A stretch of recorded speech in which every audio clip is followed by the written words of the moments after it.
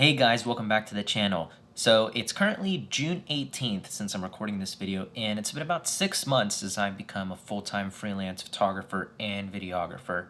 And there's a couple of things I've learned along the way, so let's get into this video right now. So number one, you have to stand out from the crowd. It doesn't matter what niche you're in, what kind of industry you're in, you have to just deliver a product that's different if you want to stand out from everyone that's doing the same thing. So if you're a photographer or videographer, you have to be creating content that's unique, stuff that your client doesn't really see from everyone else, and that's going to keep them coming back to you. That's pretty much the case for me, because in the real estate market, I'm creating content that's kind of different from what other people are doing, whether it's my real estate videos or real estate marketing videos. So producing content like this in the way that I think it should be done has definitely kept clients coming back every month. So whatever you're doing in the photo video world, just make sure it stands out and is unique to you.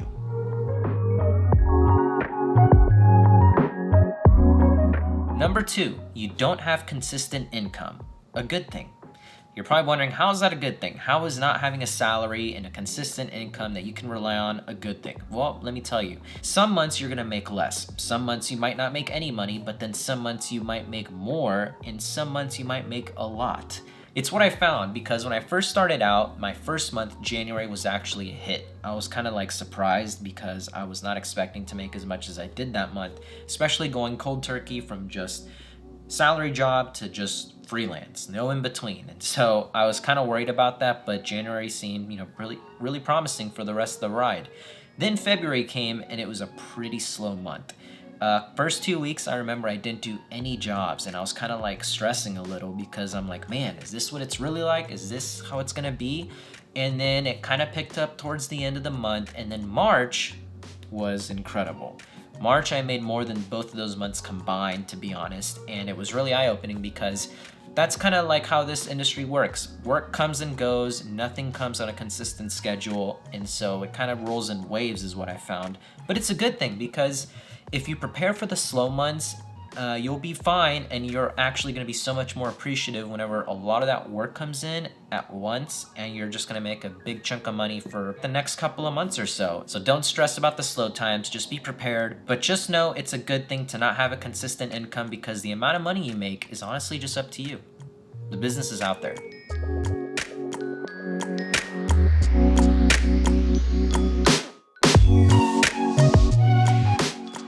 Number three, you have full control over your business. Now, this is something that I'm still trying to get used to, because I've always worked full-time for someone else, and so when it came to just being able to create every aspect of this business, of everything that I want to do for myself, it was kind of eye-opening, and at the same time, I still find myself coming back to those old ways of just kind of like having to move my things around to please this client, or to just take on as many jobs as come in, just because I feel like I can't say no.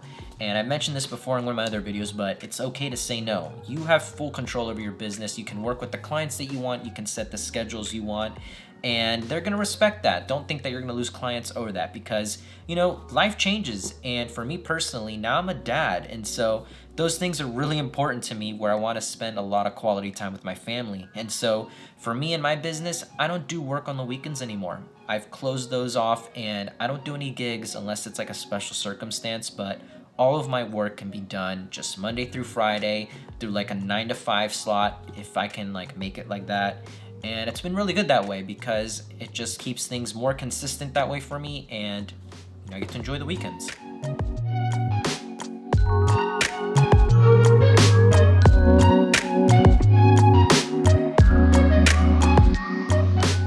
Number four, focus on a niche, but diversify. You don't want to be a jack of all trades where your business is entirely based on, you do anything and everything. So you're a photographer that does weddings, real estate, products, portraits, food. You know what I'm trying to say. It's great if you and your business kind of sets in on one topic specifically. So before last year, I was actually trying to be a full-time wedding photographer. I was coming my way into the real estate industry, but at the same time, I was trying to be, full-time weddings, because I was like, building up that client base. I was getting more inquiries for weddings, and I was like, man, I can do this full time.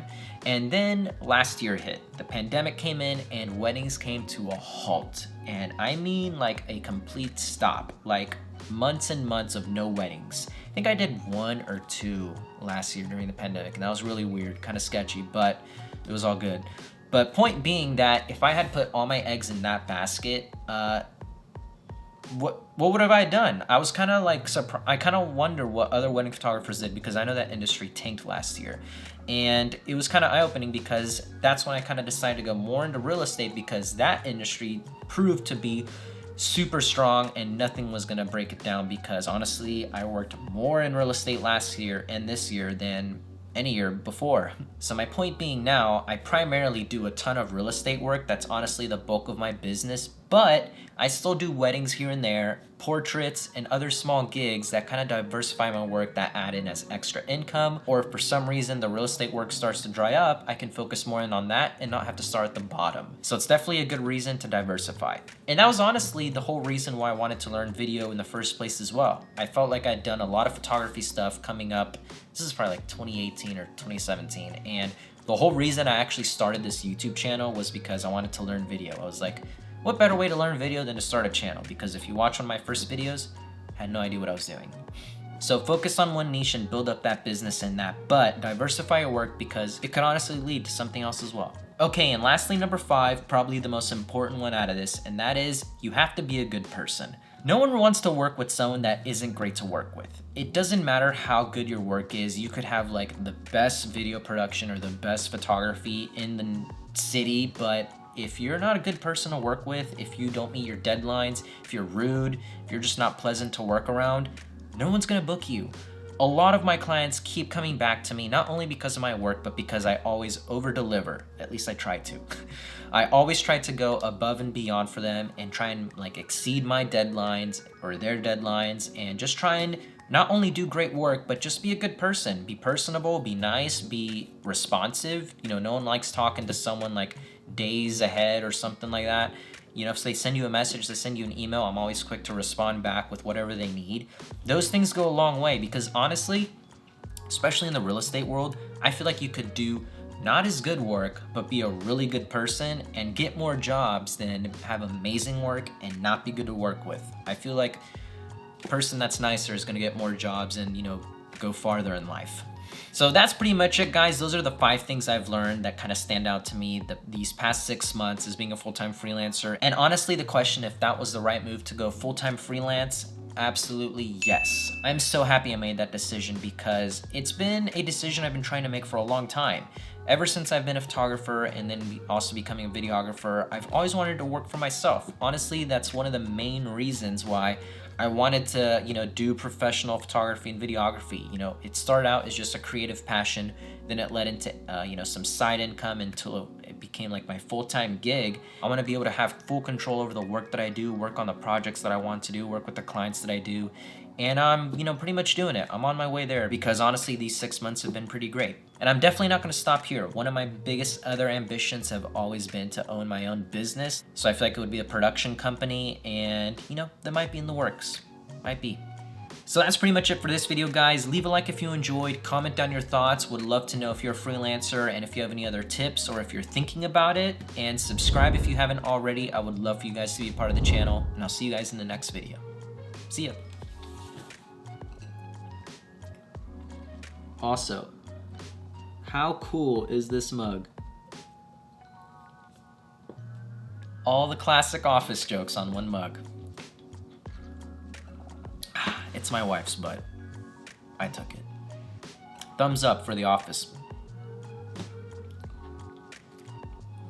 All right, see ya.